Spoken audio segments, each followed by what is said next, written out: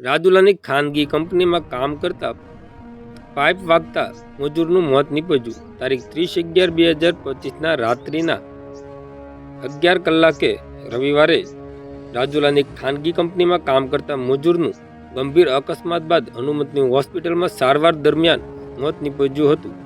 Hanumant hospital ખાતેથી મળતી માહિતી મુજબ 45 વર્ષીય બાબુભાઈ ભગાભાઈ વાઘ કન્ટેનરમાંથી લોખંડના પાઇપ ઉતારી રહ્યા હતા. તે સમયે પાઇપ અકસ્માતે તેમના માથાના ભાગે વાગી જતા તેઓને ગંભીર ઈજાઓ પહોંચી હતી. તેમને તાત્કાલિક પ્રથમ સારવાર અર્થે રાજુલા ખસેડવામાં આવ્યા હતા. વધુ સારવારની જરૂર જણાતા તેમને મહુવાની હનુમંત હોસ્પિટલ ખાતે લાવવામાં આવ્યા હતા, જ્યાં સારવાર દરમિયાન ફરજ પરના ડોક્ટરે તેમને મૃત જાહેર કર્યા હતા. ત્યારબાદ તેમના મૃતદેહને પીએમ અર્થે મહુવાની જનરલ હોસ્પિટલ ખાતે ખસેડવામાં આવ્યો હતો. પોલીસે આ અંગે વધુ તપાસ હાથ ધરી છે.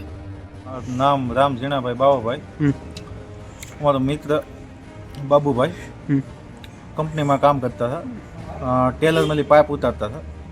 પાઇપ ઉતારતા લપસ્યો, માથે પાઇપ આવતા ઈજા પહોંચી છે. અમે રાજુલા હોસ્પિટલે ગયા હતા. ત્યાંથી એમ કીધું હનુમાન હોસ્પિટલમાં તમે જાઓ.